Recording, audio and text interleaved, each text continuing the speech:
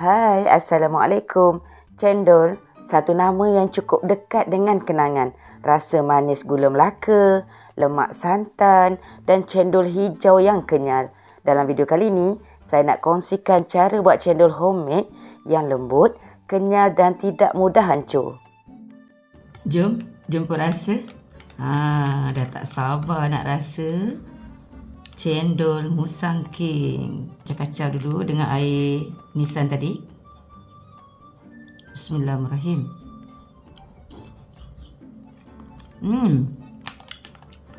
Sedap. Makan sejuk-sejuk kan. Dengan air batu. Bismillahirrahmanirrahim. Tengok tekstur cendolnya kan. Elok je. Nak makan dengan durian Musang King.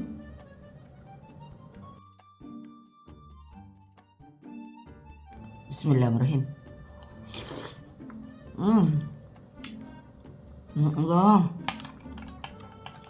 Nikmatnya. Musang King ni dah memang sedap. Makan pula dengan cendol. Berganda-ganda lah sedapnya ya. Bismillahirrahmanirrahim. Tekstur cendol ni lembut tapi sedikit kenyal supaya tak mudah hancur. Okey. Waktu kita makan tu ada rasa tekstur sikit. Okey, tapi tetap lembut. Ni letak ais cube je kan. Kalau ada ais hagat tu tu lagi ngam lah kan. Kalau sahabat nak buat sendiri cendol, okey, insya-Allah confirm jadi tau guna resepi ni. Jom kita tengok bahan-bahannya. Kita perlukan 1 cawan tepung beras. Saya guna cap golden coin. Seterusnya 1 sudu besar tepung ubi kayu. Tips penting kat sini kena masukkan tepung ubi kayu sebab fungsinya ia memberikan tekstur yang kenyal dan juga licin. Seterusnya 3 cawan air. Kita akan blend dengan 3 helai daun pandan. Okey, ini nak jadikan air pandan. Seterusnya setengah inci kapur makan ataupun kalau saya buat ukuran jari, lebih kurang setengah jari kelingking. Tips penting kat sini mesti masukkan kapur makan tapi masukkan sedikit sahaja ya. Jangan masukkan banyak, nanti pahit. Fungsinya ialah akan kuatkan tekstur cendol dan juga memberikan tekstur kenyal jadi tak mudah putus ataupun hancur. Seterusnya 1 sudu kecil garam. Akan masukkan sedikit pewarna apple hijau. Okey, ini untuk menjadikan warna cendol lebih menarik. Dan yang terakhir semestinya kena ada durian Musang King. Barulah mantap. Jom kita tengok cara-caranya. Saya gunting 3 helai daun pandan. Okey, masukkan ke dalam blender. Kemudian masukkan 3 cawan air. Alright, saya guna cawan metrik.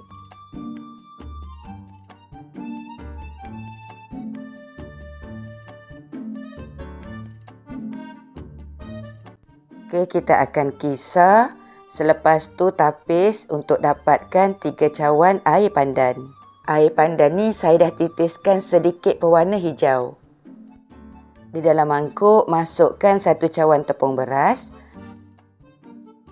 1 sudu besar tepung ubi kayu, masukkan garam,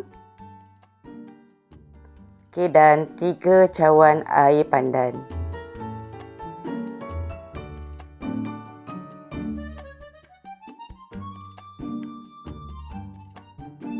Kita kacau-kacau dahulu. Sekarang saya masukkan setengah inci kapur makan. Ataupun lebih kurang setengah daripada sengat jari kelingking. Dan kacau-kacau ke semua bahan ni. Kapur makan ni jangan masukkan banyak, nanti pahit. Jadi masukkan lebih kurang setengah inci sahaja ya. Okey, ada orang masukkan air kapur. Boleh juga, tapi dalam resepi saya ni lebih mudah saya tunjukkan dalam bentuk yang pepejal tu kan. Sebab kalau air kapur nanti boleh jadi tercair sangat ataupun pekat pula kan. Masukkan juga sedikit pewarna hijau apple untuk jadikan warna cendol lebih cantik. Okey, kacau-kacau kemudian tapis. Okey, tapis terus ke dalam periuk dan sekarang saya akan masak dengan api sederhana kecil. Proses masak cendol ni mesti kerap kacau.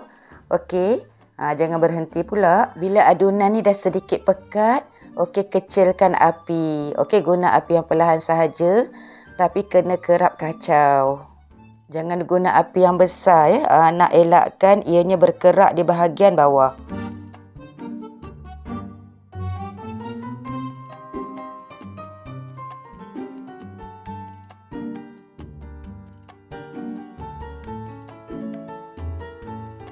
Kita akan kacau sampailah adunan ni betul-betul masak. Macam mana nak tahu dah masak ke belum? Bila ada gelembung-gelembung ataupun membuak-buak, okey, pada adunan ni maksudnya dah masak.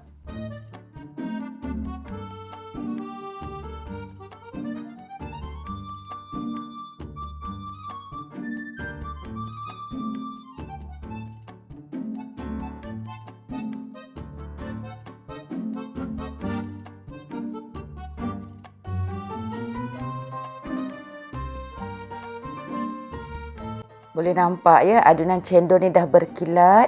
Okey, nampak ada gelembung-gelembung ataupun membuak-buak macam tu kan. Maksudnya adunan ni dah masak. So, bila dah masak, bolehlah tutup api. Masa adunan cendol ni masih panas lagi, okey, saya terus masukkan ke dalam piping bag. Sebelum tu, saya dah sediakan air yang berisi ais. Okey, potong dahulu ya bahagian hujung tu. Kemudian picitkan adunan cendol ni ke dalam air ais. Waktu ni panas kan nak pegang piping bag tu. Okey, saya guna kain yang saya lembapkan sedikit. Okey, ianya lebih mudah dan taklah panas. Picit-picitkan adunan cendol ni mengikut panjang mana yang kita nak. Air ais ni nak elakkan cendol daripada melekat. So, proses nak bentukkan cendol ni kena buat cepat-cepat ya. Sebab nanti kalau adunan cendol tu dah sejuk, ianya sedikit keras. Nanti susah pula kita nak picit kan.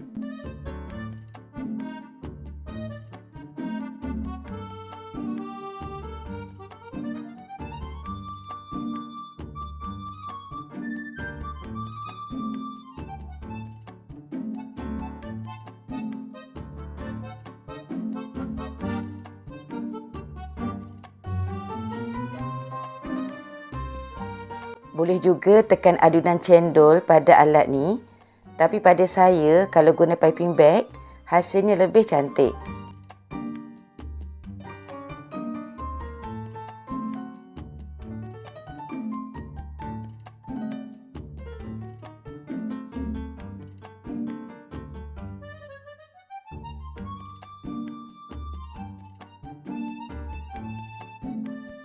Ini hasil guna alat tadi. Okey, dan yang ni pula hasil daripada piping bag tu.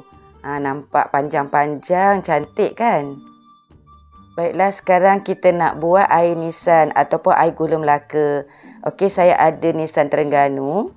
Okey, masak dahulu dengan sedikit air. Kemudian masukkan 1 sudu besar gula merah. Okey, kita akan masak sampai ianya mendidih dan sedikit pekat.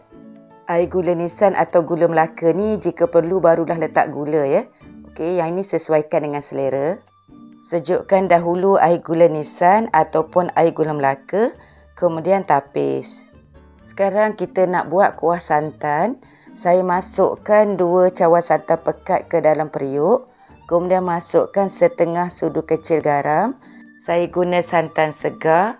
Okey, blend setengah biji kelapa parut dengan air kowe. Okey, jangan guna air mentah ya. Masak santan ni guna api yang perlahan sahaja. Jangan api yang besar, nanti pecah minyak. Okey.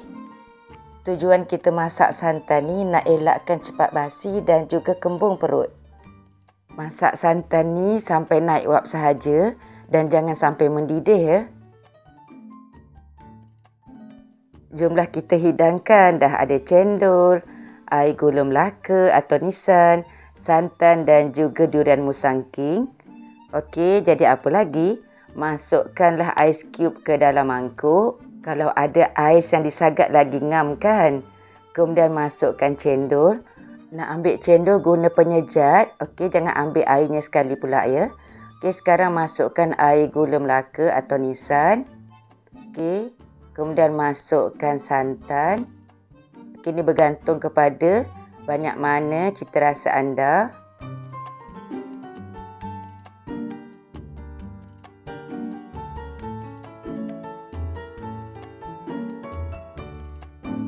Last sekali durian musangking.